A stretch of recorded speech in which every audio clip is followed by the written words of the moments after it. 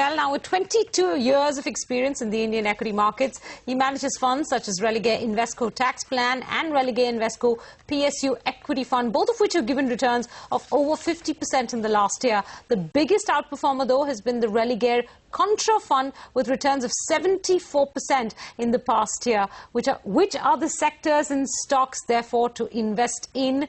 Well, today our alpha manager is Vetri Subramaniam, Religare Invesco Mutual Fund. Vetri, thank you so much for joining us. Good afternoon.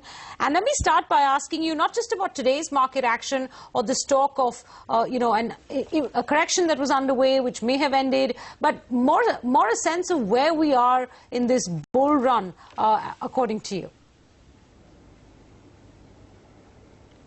Well, I think where we are is that, we've gone from a market which was very, very pessimistic about a year ago to a market which transitioned to what I would call the hope trade in the first half of the year leading up, let's say, to May 2014. And post the election verdict, I think the market's starting to get a little bit more selective and it's starting to think about where actually the visibility is in terms of earnings growth. So there's been a significant amount of transition over the last 1 year. I think as far as the economy is concerned, the good news is that there are signs that there's a mild recovery underway. But at this point, it's still very mild. And I think in terms of seeing significant government-led policy action which can give the economy more traction, I think we're yet to really see much of that. And hopefully we will see that over the next few months. But how much of that has already been priced in, Vetri? How much of that hope that there will be government action and reform has already been priced in, and so will the government have to do a hell of a lot to meet these price expectations? Yeah, so I mean, there's a simple way to look at that, Sandil. If you just look at, the market, which is up about 40% over the last 1 year, if you actually look at how much earnings are up during this period, earnings are actually up only about 14-15%.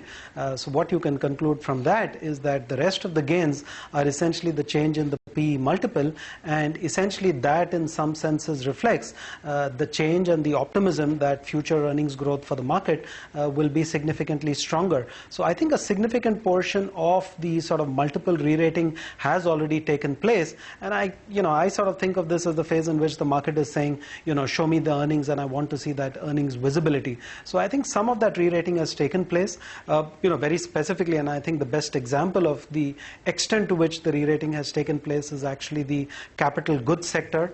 If you go back a year ago, it was trading in the low teens in terms of its PE multiples, pretty much among the cheapest sectors in the market. And if you look at it today, it's trading at a PE multiple of more than 30, and it's among the 3 costliest sectors in the market. So there has been a significant re-rating within the market, and you need to, take cognizance of that.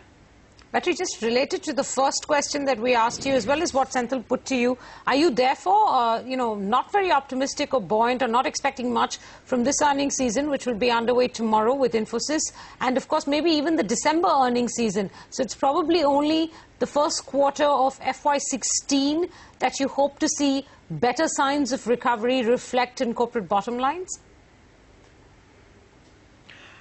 I think so. What we've really seen post the election is a clear improvement in sentiment among business and industry. And I wouldn't downplay that. It's very important because, unless business and industry feel positive about the future, they're not going to invest, they're not going to hire, and they're not going to create that momentum for the economy. But if you actually pin it down into hard numbers in terms of the kind of traction that they're seeing on the revenue line or in terms of margins, things are looking a little bit more challenging on that revenue line.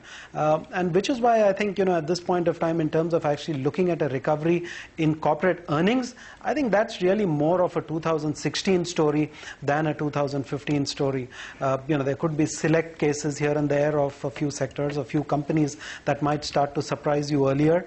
But in general, I think in terms of a big outperformance, in terms of earnings growth, it's certainly a 2016 story, Menaka.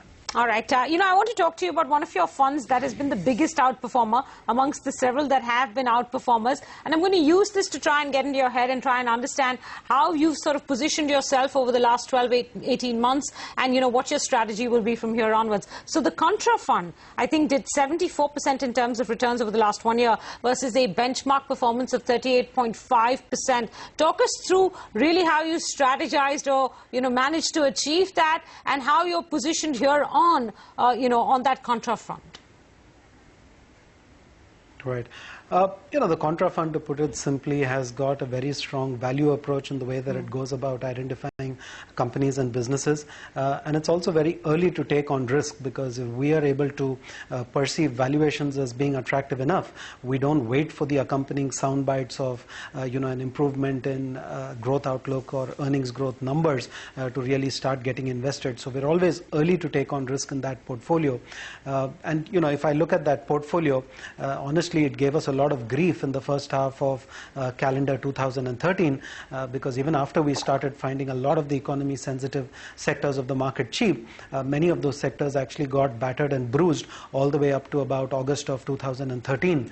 And really, when you look at the strong outperformance that's come after that, it's really been a function of the fact that we held on to most of those positions because we had the conviction that valuations were on our side, and we did see some cyclical bounce playing out into 2014, but at the point where we built these positions, we had no clue about who might even contest the elections, leave alone that the market would perceive Narendra Modi as being a very pro-growth prime minister. So these positions were built much in advance of these news flows, simply because the valuations were supportive. And I think in one word that describes our approach in that fund. We're always very valuation conscious in terms of where we want to allocate our money into and which stocks that we are willing to buy. Once we've done that, we're happy to let those stocks run. We're happy to let those stocks run up as businesses do well, but we are very, very careful about where we deploy that money and what stocks and what valuations we buy them at. Okay, so on the screen we have a graphic plate that sort of depicts the top holdings in that particular fund. How many of these stocks have run out of breath, Vetri, though you're happy to watch them run for the last 12 months? Tech Mahindra, Maruti, HDFC Bank, Britannia, Bharat Forge, Wipro, which has not necessarily had a great year to date, Federal Bank, DB Corp, Gateway Distriparks and ONGC. Well, I think some of them have run up quite a bit and we're not really adding to them anymore. But if you look at a name like HDFC Bank, it didn't figure in the portfolio last year. It's something that we added because it saw a significant amount of underperformance sometime earlier this year. We've also added some of the names like DB Corp, MRF. Those are portfolio names that we've added to. And some of those other names have just sort of risen to that top end of the portfolio because we've nursed those positions for 2 years or 3 years or more. Tech Mahindra, for example, is a classic case. We've held that stock for more than 3 years now, and we've just been happy to participate in the run-up as the company has executed well. So the portfolio is always a mix of sort of names that we're looking to buy into, as well as other names that we may have bought earlier, and now we're just happy to ride the good performance those companies are bringing home today.